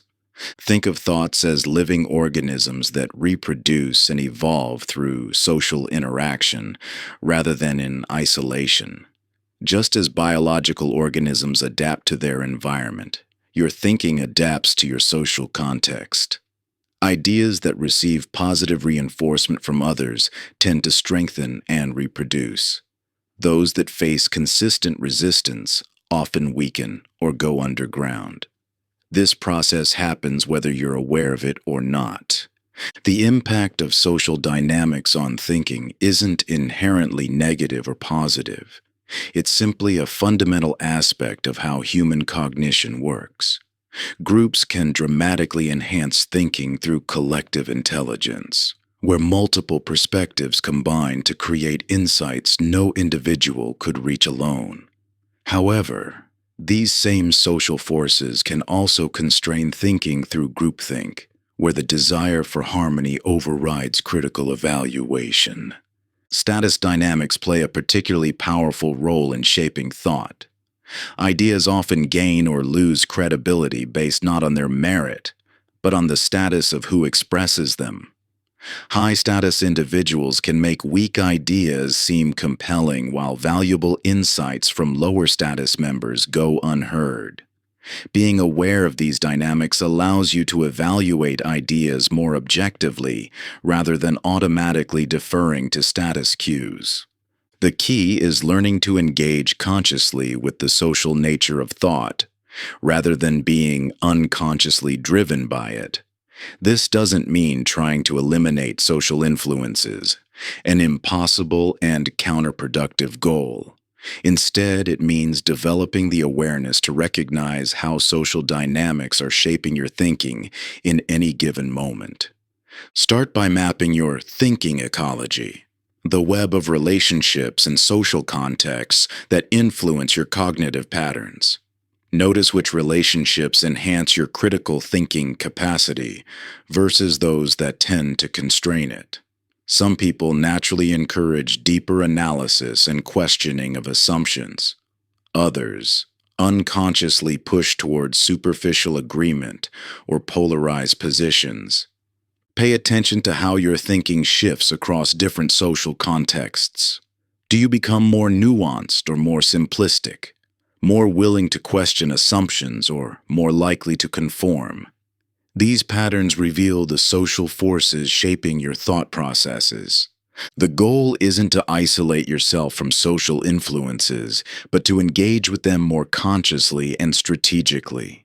Seek out relationships and environments that enhance your critical thinking capacity while developing strategies to maintain independent thought within more challenging social contexts. Create space for both collective wisdom and individual insight. Recognize that even your most independent thoughts bear the imprint of your social world. This awareness itself is liberating.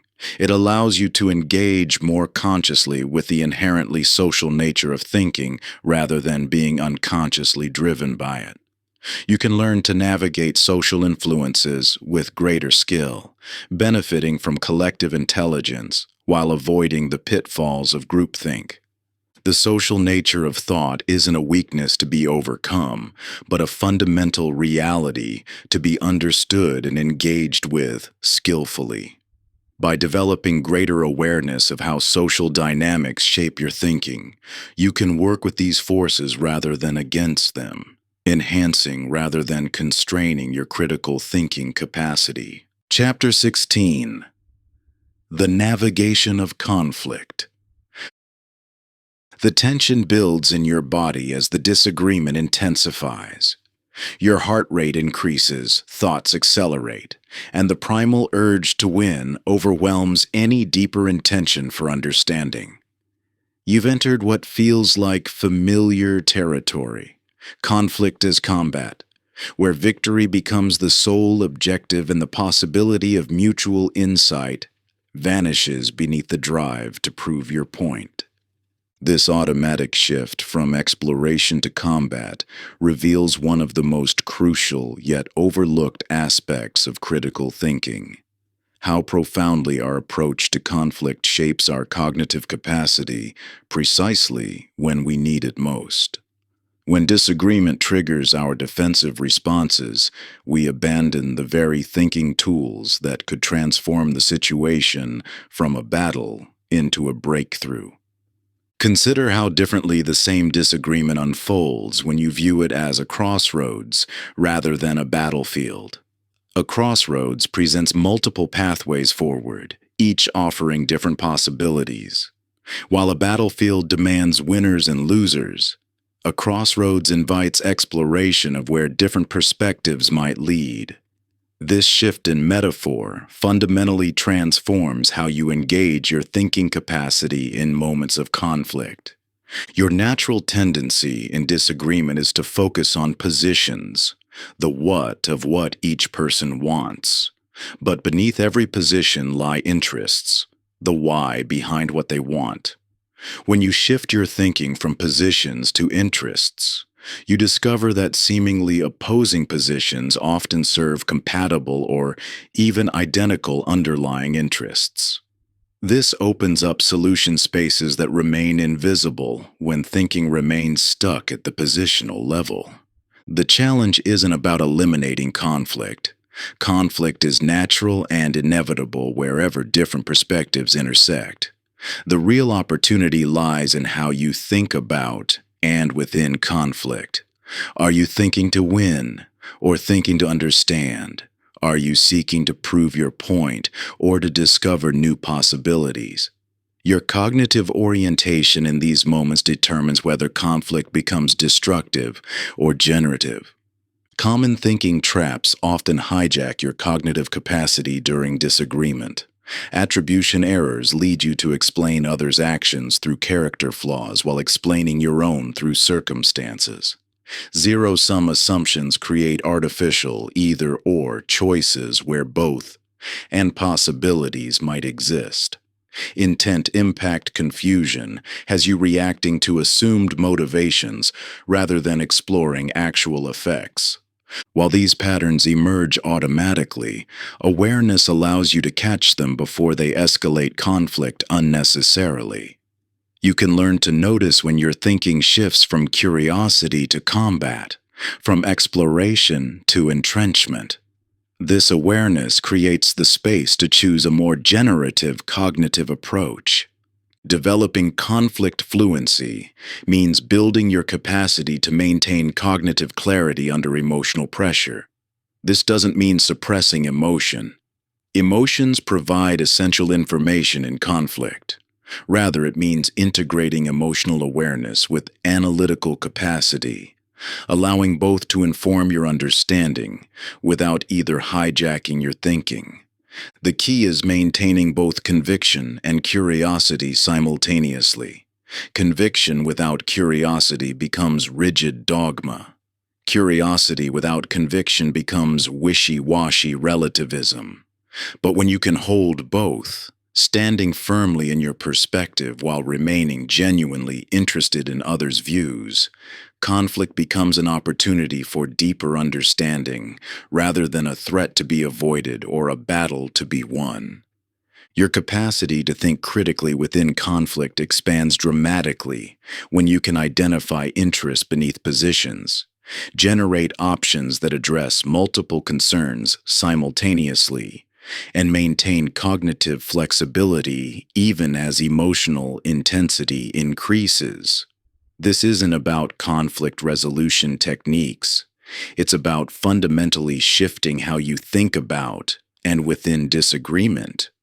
The truth is that your most significant growth often emerges through skillfully engaged conflict rather than conflict avoidance. When you learn to navigate disagreement with cognitive clarity, conflict becomes not just manageable but genuinely generative, a catalyst for deeper understanding and more robust solutions than either perspective could generate alone.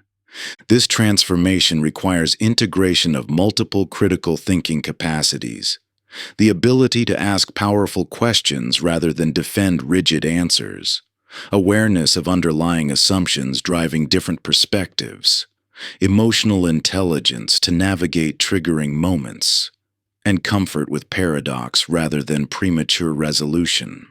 When these capacities come together, conflict becomes a gateway to breakthrough rather than a barrier to progress. Chapter 17. The Liberation from Certainty. When you grasp tightly for certainty in an uncertain world, you create a peculiar paradox. The harder you strive for guaranteed outcomes, the more anxiety you generate about potential disruptions to your carefully constructed plans. This relentless pursuit of absolute certainty becomes a cage of your own making, offering an illusion of safety, while actually restricting your capacity to adapt and thrive amid life's inherent unpredictability. Your mind naturally seeks definitive answers and clear outcomes. It's a fundamental survival mechanism designed to create a sense of control in a complex world. But when this healthy desire for clarity transforms into an insistent demand for guarantees, it creates a rigid thinking pattern that increases rather than reduces your vulnerability to change. Think of certainty like a cage. From inside, it appears to offer protection from the unpredictable elements of life. The bars seem to create a safe, controlled environment where everything follows clear rules and patterns. But this same structure that promises security actually restricts your movement, limits your growth, and leaves you more fragile when circumstances inevitably shift. The cage of certainty becomes a prison that confines your thinking precisely when you need mental flexibility most. Contrast this with the freedom of embracing provisional knowledge, holding your understanding firmly enough to act decisively when needed, but loosely enough to adjust as new information emerges. Like standing in an open field rather than a cage, this stance may feel more exposed, but actually offers greater stability through adaptability. When you're not rigid, you're harder to break. This excessive certainty-seeking manifests in several distinct patterns. Premature closure has you jumping to conclusions before adequately exploring alternatives, providing temporary relief from ambiguity at the cost of optimal solutions. Excessive planning tries to eliminate all possibility of surprise, creating elaborate contingencies that consume energy while providing false security. Reassurance seeking has you constantly checking and rechecking, trying to guarantee outcomes that can't be guaranteed. Dogmatic positioning clings to established beliefs even when evidence suggests the need for revision. Each of these patterns represents an attempt to eliminate the discomfort of uncertainty. Yet paradoxically, they increase your anxiety by setting up impossible expectations of control in an inherently unpredictable world. The more desperately you try to guarantee specific outcomes, the more threatening any deviation from your expectations becomes. But there's a profound difference between decisive action and the demand for absolute certainty. True clarity often requires holding provisional knowledge, being confident enough to act while remaining open to adjusting as situations evolve. This isn't about becoming wishy-washy or indecisive. Rather, it's about developing the capacity to remain both grounded and flexible, like a tree with deep roots but swaying branches. Learning to tolerate uncertainty doesn't happen overnight. It requires deliberate practice, starting with small ambiguities where the stakes feel manageable. Perhaps you begin by leaving small decisions open-ended, noticing the discomfort without rushing to resolve it. As your tolerance grows, you can gradually work up to larger uncertainties, discovering that your capacity to handle ambiguity expands with practice. The freedom that emerges from loosening your grip on guaranteed outcomes is profound. When you're not expanding massive energy trying to control the uncontrollable, you have more resources available for creative problem solving and authentic engagement with life's challenges. Paradoxically, becoming comfortable with uncertainty creates greater resilience than any attempt at absolute certainty ever could. This isn't about abandoning discernment or careful analysis. Rather, it's about recognizing when the quest for certainty has become excessive, constraining your thinking instead of enhancing it. By developing a more nuanced relationship with uncertainty, you create the mental flexibility needed to navigate complexity while maintaining your capacity for decisive action when required. This liberation from certainty seeking connects deeply with other critical thinking capacities. Your ability to ask powerful questions expands when you're not demanding immediate answers. Your awareness of assumptions deepens when you're willing to hold them provisionally rather than defensively. Your capacity for paradoxical thinking grows when you're not insisting on absolute either-or distinctions. The mental space created by releasing rigid demands for certainty allows your natural intelligence to flourish in ways that might surprise you. You'll find yourself spotting subtle patterns that were previously invisible, making unexpected connections between seemingly unrelated ideas, and approaching problems with a freshness that certainty-seeking often suffocates. This isn't just about thinking better. It's about accessing dimensions of your intelligence that remain dormant when trapped in the cage of needing to know everything for sure. Chapter 18. The Continuous Renewal. When you observe your own thinking patterns closely, you'll notice an intriguing phenomenon. Areas where your once breakthrough insights have hardened into inflexible conclusions. Like well-worn paths in a forest, these mental tracks become deeper and more automatic over time, offering comfortable familiarity at the cost of fresh possibility. This natural tendency toward cognitive entrenchment affects even the most sophisticated thinkers. Your mind, always seeking efficiency, gravitates toward familiar patterns and conclusions that worked in the past. Without deliberate renewal, these patterns calcify into rigid structures that narrow rather than expand your understanding as circumstances evolve. Consider your mind as a garden rather than a machine. A machine requires only occasional maintenance when something breaks, but a garden demands constant attention, regular weeding, pruning, fertilizing, and replanting. Without this ongoing cultivation, even the most beautiful garden gradually degrades as weeds take over and plants become root-bound. Your thinking follows similar natural laws. Without regular renewal, your perspectives become increasingly automatic and resistant to evidence that challenges established patterns. Questions that once opened new territory become mere rhetorical devices confirming what you already believe. Assumptions that served as useful starting points transform into unexamined certainties, limiting what you can perceive. This entrenchment process happens so gradually, you likely won't notice it occurring.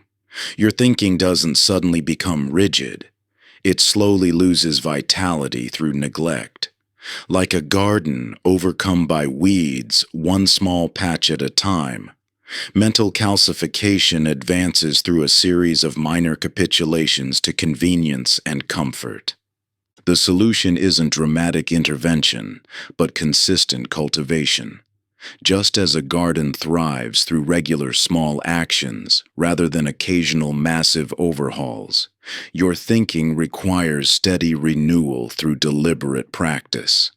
This involves regularly examining your assumptions, seeking perspectives that challenge your existing views, and creating space for new possibilities to emerge.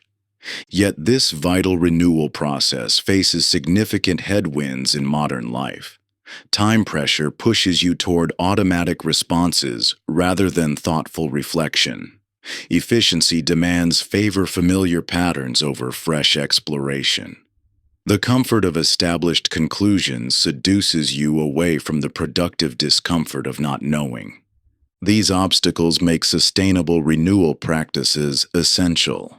Rather than relying on sporadic inspiration or crisis-driven change, you need regular practices that fit naturally into your daily life.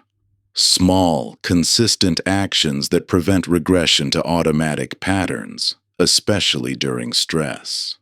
This renewal process spans multiple dimensions. It involves refreshing your assumptions by periodically examining beliefs you take for granted. It requires expanding your perspective through deliberate exposure to views that challenge your current thinking. It demands refining your questions to probe more deeply into important issues, rather than settling for surface understanding. Think of these renewal practices as essential maintenance for mental clarity, rather than optional enrichments. Just as physical exercise sustains your body's vitality, cognitive renewal maintains your mind's capacity for fresh insight and nuanced understanding. Without this ongoing cultivation, your thinking inevitably drifts toward rigidity, regardless of your natural intelligence or past insights. The key is developing renewal practices that you can sustain over time. Dramatic interventions might create temporary shifts, but lasting transformation emerges from small, consistent actions that gradually reshape your mental landscape. This involves creating regular opportunities too. Your renewal system needs to fit your specific circumstances and challenges. The essential element isn't the particular practices you choose, but their consistency. The steady cultivation that prevents cognitive entrenchment from taking root. This renewal principle applies to every dimension of critical thinking explored throughout this journey. Creating mental space, recognizing perceptual lenses, managing thought momentum, embracing uncertainty. Each capacity requires ongoing attention to remain vital rather than becoming a mere intellectual exercise. Far from being a fixed destination, the art of critical thinking represents a lifelong journey of expanding awareness and deepening wisdom. Like a garden that offers new delights with each season while requiring consistent care, your thinking flourishes through steady cultivation that prevents stagnation and nurtures continuous growth. Conclusion. Throughout this journey, you've explored critical thinking not as a collection of techniques to master, but as an art form that emerges naturally when you understand how your mind operates. This exploration hasn't been about adding more to your already full mind, but about creating the space for clarity to arise naturally within you. Consider how each metaphor we've explored reveals a different facet of this art. Your mind as a vast sky reminds you that thoughts, like clouds, naturally come and go without defining the space that holds them. The colored lenses of perception show how your interpretations shape reality before conscious thought begins. Mental architecture reveals how your thinking patterns create structures that either constrain or expand possibility. Your emotional compass provides essential navigation data when properly calibrated. Thought rivers demonstrate how mental momentum carries you forward or sweeps you away depending on your relationship with it. Mental frames determine what possibilities you can perceive in any situation. These metaphors aren't separate tools, but interconnected aspects of your natural capacity for clarity.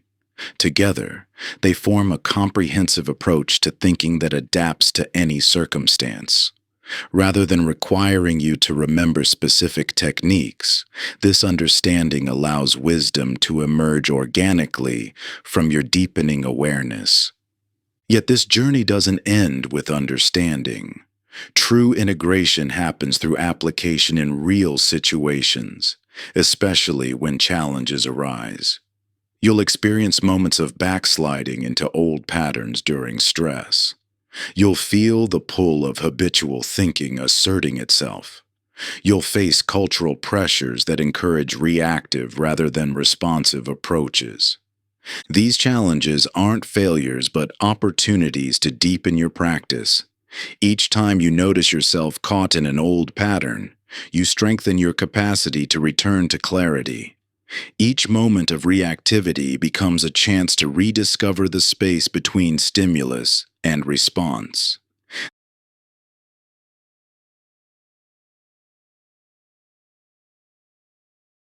This reveals the paradoxical wisdom at the heart of critical thinking.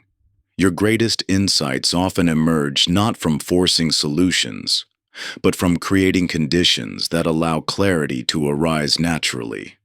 Like a pond settling on its own when you stop disturbing the water, your mind naturally moves toward clarity when you understand how to work with it rather than against it.